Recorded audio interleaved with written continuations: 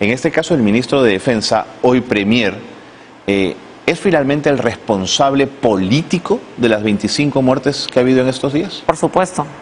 El ministro de Defensa, el ministro del Interior, porque mira, en los primeros 5 días de protestas que tuvimos, cuando la policía estaba a cargo, tuvimos 7, 8 personas, vidas que perdimos. El día que el ejército se hizo cargo y se declaró el estado de emergencia y entró en Ayacucho, en un solo día ese número de muertes se duplicaron. Señora.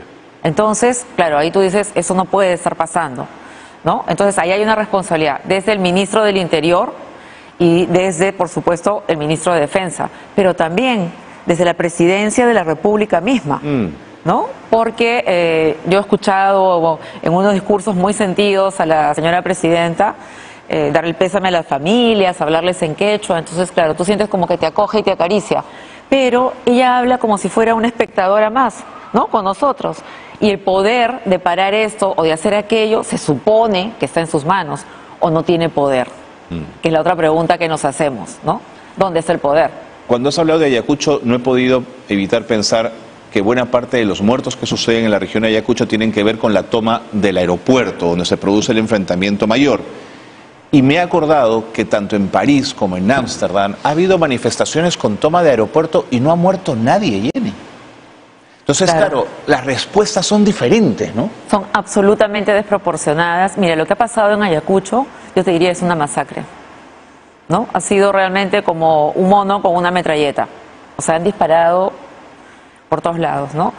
Obviamente en el proceso de investigación, hasta ahora no se, recién hoy día, claro, sí. No se había hasta ahora nadie pronunciado, sí. Salvo también la constitución en una comisión investigadora en el Congreso, al cual tampoco le teníamos mucha esperanza, digamos, pero hoy día sí, digamos, ahí en ese proceso de investigación vas a poder determinar una serie de pericias balísticas, etcétera, y a mí me parece importante, ojalá, que a partir de la visita de la CIDH también, digamos, podamos acceder a expertos internacionales, ¿no?, que vengan a acompañar este proceso de investigación, porque incluso a veces nuestros peritos también se pronuncian de una manera, digamos, tamizada políticamente, filtrada políticamente, ¿no? Es una suerte de corporativismo que protege la impunidad.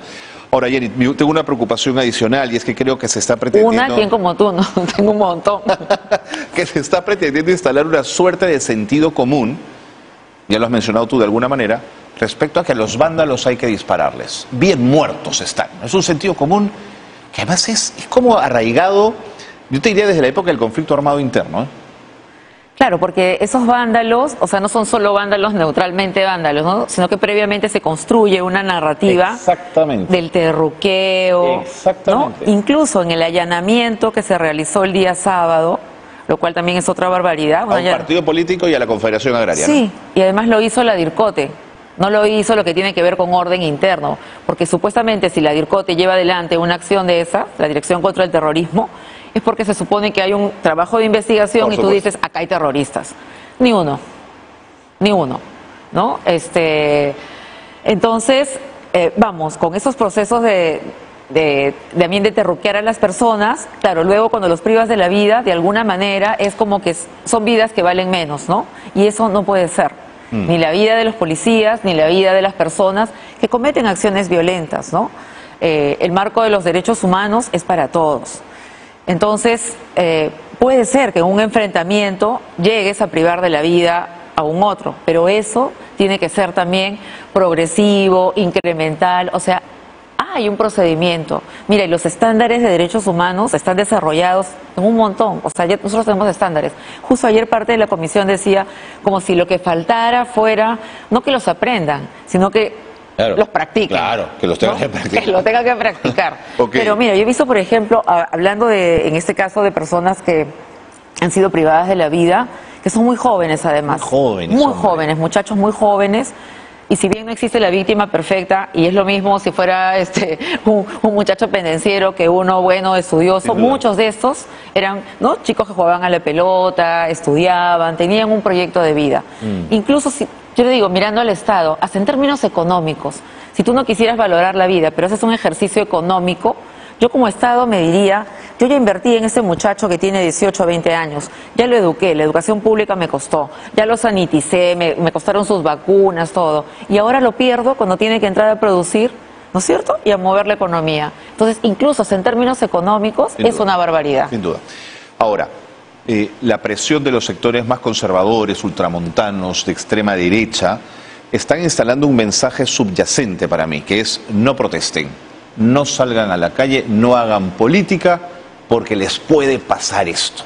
Y eso me parece que nos hace mucho daño en términos de narrativa, Jenny.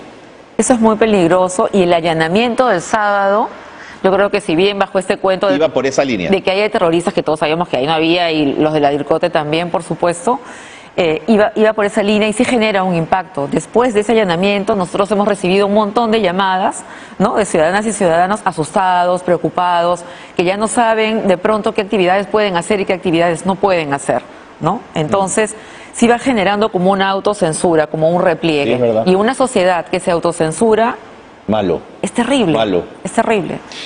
Jenny, te lo planteo de otra manera. ¿Está mal que se queme la fábrica de leche Gloria? Sin duda.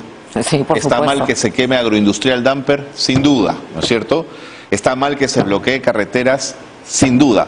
Pero lo que me cuesta a mí entender es que haya gente que salga a declarar, sobre todo gente en el Congreso de la República, de alguna manera a tener en esto el problema y no tenerlo en la pérdida de vidas humanas. Eso es una ausencia, no sé si de sensibilidad o es un politiqueo pobre al que nos están llevando.